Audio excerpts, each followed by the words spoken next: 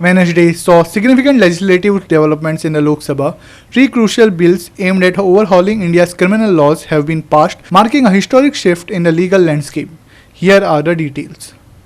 A seismic shift in India's legal framework has taken place as Lok Sabha cleared the Bharatiya Nyaya Sanhita, Bharatiya Nagrik Suraksha Sanhita, and Bharatiya Sakshya Bill 2023. Union Home Minister Amit Shah, while addressing the parliament, emphasized the need to break free from the colonial mindset embedded in laws like IPC, CRPC, and Indian Evidence Act. The bills aim to replace archaic laws, with Shah asserting, till the laws are not repealed, the UK laws will continue in the country. The legislative overhaul was met with majority approval from MPs in the lower house. करीब 150 साल पुराने 3 कानून जो हमारी criminal justice system आपराधिक न्याय प्रणाली को गवर्न करते हैं, वो तीनों कानूनों में पहली बार मोदी जी के नेतृत्व में भारतीयता, भारतीय संविधान और भारत की जनता का चिंता करने वाले बहुत आमूलचूल परिवर्तन लेकर मैं आया हूं। माननीय अध्यक्ष जी, इंडियन पिनल कोड, इसकी जगह जो इंडियन पिनल कोड 1860 में बना, उसका उद्देश्य ही दंड देना था, उसका उद्देश्य न्याय देना नहीं था।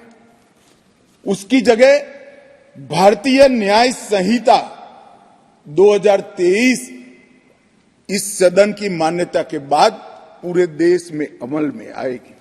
माननीय अध्यक्ष जी, सीआरपीसी क्रिमिनल प्रोसीजर कोड 1998, इसकी जगह भारतीय नागरिक सुरक्षा संहिता 2023 इस सदन की अनुमोदना के बाद अमल में आएगी और इंडियन एविडेंस एक्ट 1872 की जगह भारतीय साक्ष्य विधेयक 2023 अमल में आएगा।